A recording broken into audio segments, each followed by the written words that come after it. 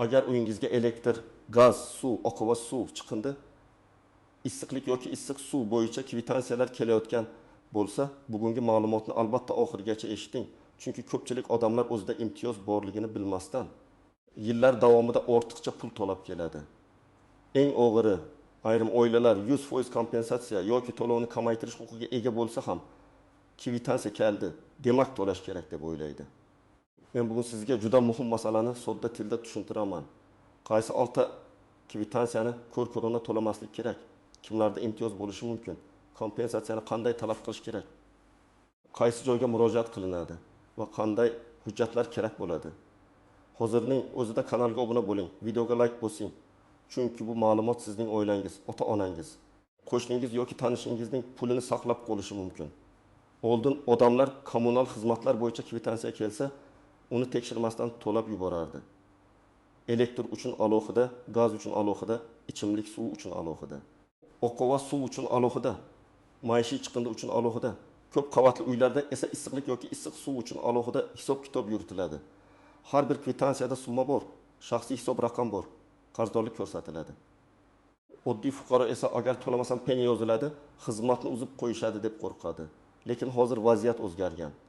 Davlat tomonidan ayrim toifadagi fuqarolarga ijtimoiy himoya, kompensatsiya, subsidiya, imtiyoz yoki to'lovdan ozod qilish mexanizmlari joriy qilingan. Bu degani hamma odam kommunal xizmatlarni umuman to'lamaydi degani emas. Men buni aniq aytaman. Imtiyoz avtomatik ravishda hammaga berilmaydi. Ammo siz imtiyozli toifaga kirsangiz, kvitansiyani tekshirmasdan to'lab yuborishingiz noto'g'ri bo'lishi mumkin. Chunki keyin ortiqcha to'langan pulni qaytarish qiyinlashadi. Ayrim hollarda esa siz kompensatsiya olish muddatini o'tkazib yuborasiz. Shuning uchun bu 6 ta kvitansiyani to'lamang deganda men shuni nazarda tutyapman. Elektr, gaz, suv, oqova suv chiqindi, issiqlik yoki issiq suv bo'yicha kelgan to'lovlarni avval tekshiring. Imtiyozingiz bor yo'qligini aniqlang, keyin to'lang.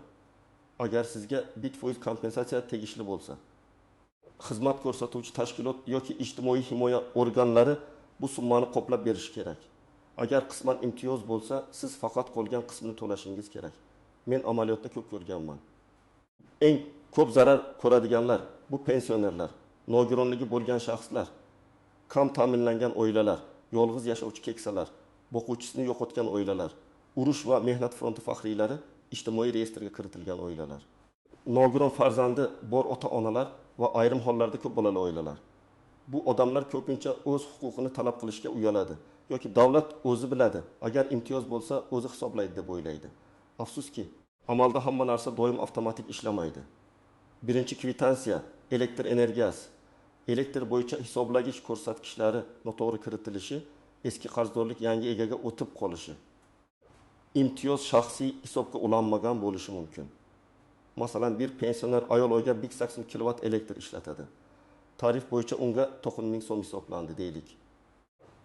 Agar u ijtimoiy himoya reyestrida bo'lsa yoki alohida kompensatsiya huquqiga ega bo'lsa, bu summaning bir qismi yoki ayrim holatda to'liq qoplab berilishi mumkin. Lekin imtiyoz shaxsiy hisob raqamiga bog'lanmagan bo'lsa, tizim uni oddiy abonent deb ko'radi va to'liq summa chiqaradi. Ikkinchi kvitansiya, tabiiy gaz. Gaz bo'yicha eng ko'p muammo qish oylarida chiqadi.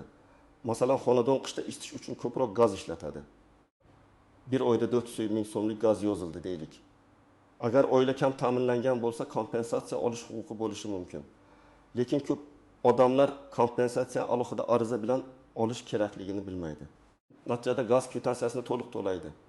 Keyin boshqa zarur xarajatlarga pul yetmay qoladi. Uchinchi kvitansiya, ichimlik suvi. Suvda ham ko'p xatolar bo'ladi. Hisoblagich bo'lmasa odam soniga qarab hisoblanadi. Lekin ro'yxatda 5 kishi turgan, aslida uyda 2 kishi yashayotgan bo'lishi mumkin. Yoki aksincha, bitta pensioner yolg'iz yashaydi, lekin eski ma'lumotlar bo'yicha unga ko'proq yozilaveradi. Imtiyoz bo'lsam, suv ta'minoti korxonasiga ma'lumot yetib bormagan bo'lishi mumkin. Shuning uchun suv kvitansiyasini ham tekshirmasdan to'lamang. 4-kvitansiya, oqova suv, ya'ni kanalizatsiya. Ko'pchilik bunga e'tibor bermaydi. Suvni to'ladim bo'ldi deydi. Aslida oqova suv alohida hisoblanishi mumkin. Agar ichimlik suv hisobida xato bo'lsa, oqova suvda ham xato takrorlanadi. Masalan, suv bo'yicha ortiqcha 3000 so'm yozilgan bo'lsa, kanalizatsiya bo'yicha ham ortiqcha summa chiqishi mumkin. imtiyozlar ba'zida bitta xizmatga qo'llanib, ikkinchisiga qo'llanmay qoladi. Bu ham tekshirilishi shart. 5-kvitansiya maishiy chiqindi. Bu kvitansiya kichik ko'rinadi, lekin yil davomida sezilarli pul bo'ladi. Ayrim joylarda chiqindi to'lovi yashovchilar songa qarab hisoblanadi. Masalan, xonadonda 6 kishi ro'yxatda, lekin 3 nafar boshqa viloyatda yoki chet elda yashaydi. Siz esa 6 kishi uchun chiqindi to'layapsiz. Bundan tashqari ayrim imtiyozli toifadagi fuqarolarga chiqindi to'lovi bo'yicha yengillik bo'lishi mumkin. Kichik summa deb e'tiborsiz qoldirmang, chunki aynan kichik kvitansiyalar orqali odamlar ko'p pul yo'qotadi. 6-kvitansiya issiqlik va issiq suv. Bu asosan ko'p qavatli uylarga tegishli. Markaziy isitish bo'lsa, qishda to'lov ancha katta chiqadi. Ayrim xonadonlarda batareyalar yaxshi isitmaydi, lekin kvitansiya to'liq keladi. Ayrimlarda esa uy bo'sh turgan bo'ladi, lekin hisoblash davom etadi. Imtiyozli toifa bo'lsangiz, bu yerda ham kompensatsiya yoki qayta hisob-kitob qilish huquqini tekshirish kerak. Agar xizmat sifatsiz ko'rsatilgan bo'lsa, bu ham alohida masala.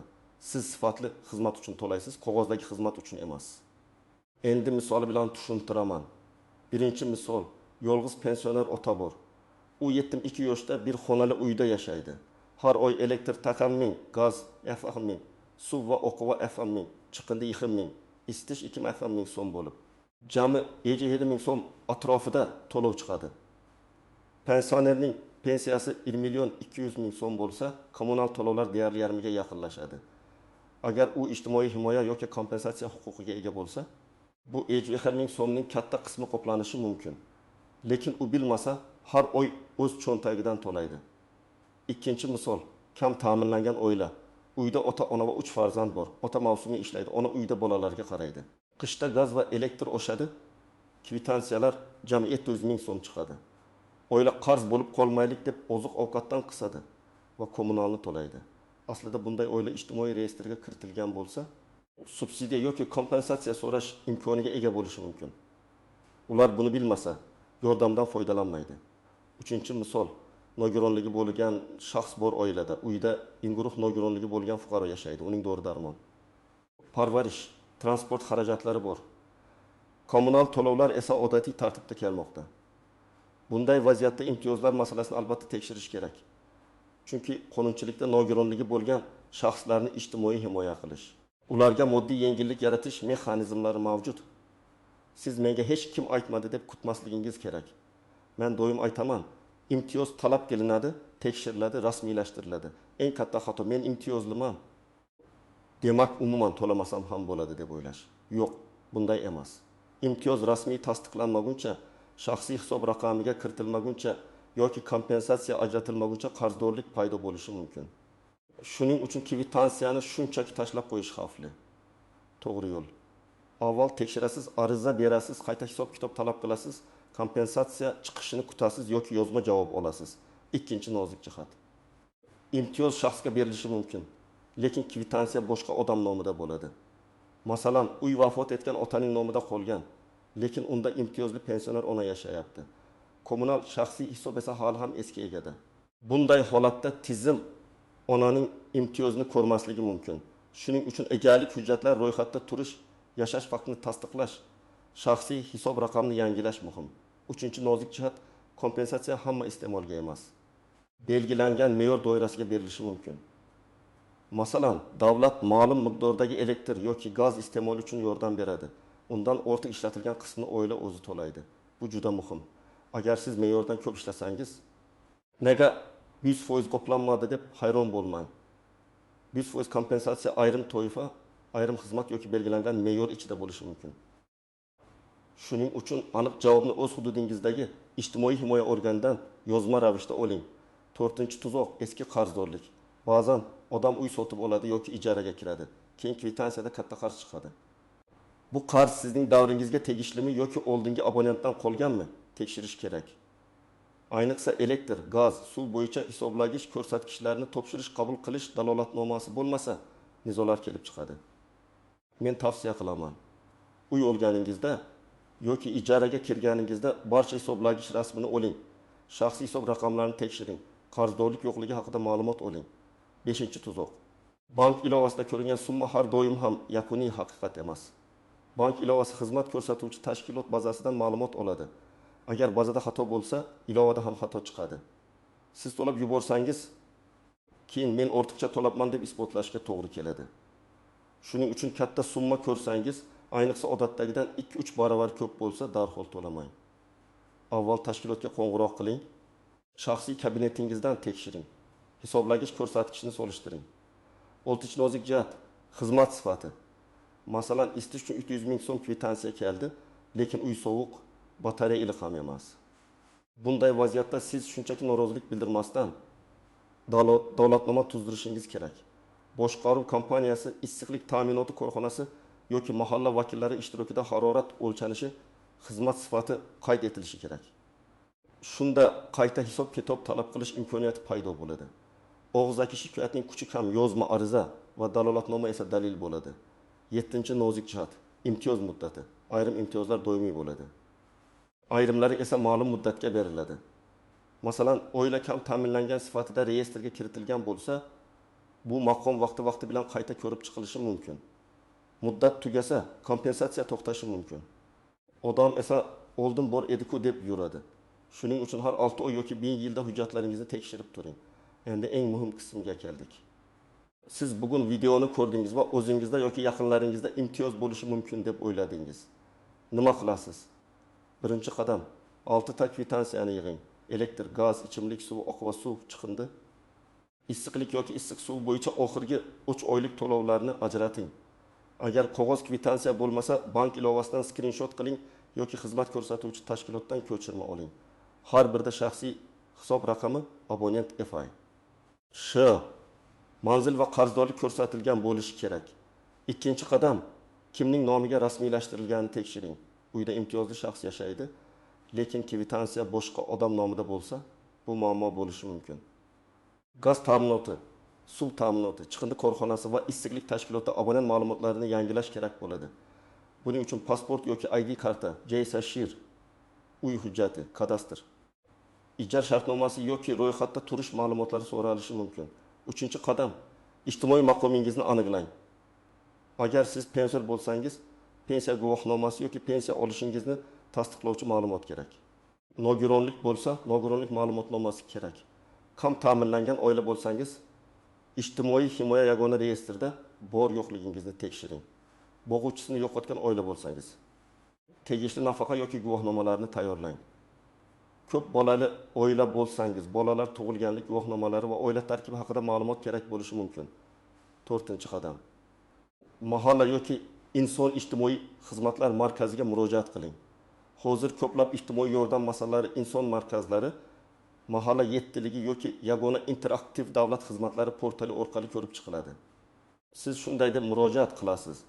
Men kommunal xizmatlar bo'yicha imtiyoz, subsidiya yoki kompensatsiya olish huquqim bor yo'qligini tekshirib berishingizni so'rayman. Elektr, gaz, suv, oqova suv, chiqindi va issiqlik bo'yicha kvitansiyalarni ilova qilaman. Muhimi, og'zaki so'rab ketmang. Ariza yozing yoki elektron murojaat yuboring. 5-qadam, har bir kommunal tashkilotga alohida qayta hisob-kitob so'rovi bering. Masalan, elektr bo'yicha elektr ta'minot korxonasiga, gaz bo'yicha gaz ta'minot filialiga, suv bo'yicha suv ta'minot korxonasiga, chiqindi bo'yicha sanitar tozalash tashkilotiga. Issiqlik bo'yicha issiqlik ta'minoti korxonasiga murojaat qilasiz.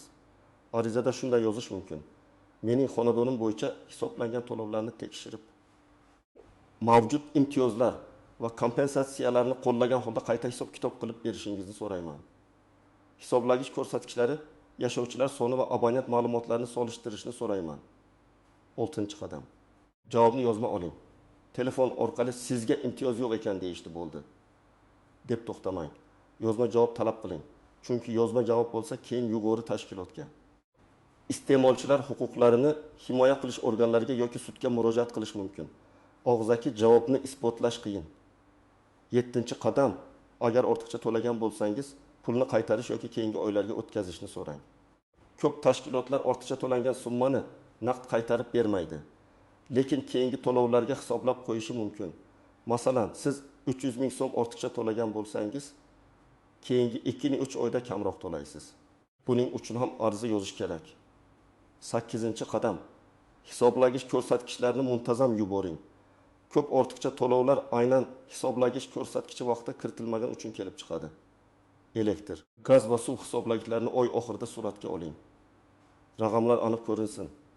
Bank ilovasida yoki shaxsiy kabinetga kiritgan bo'lsangiz, skrinshot saqlang. Bu sizning dalilingiz bo'ladi.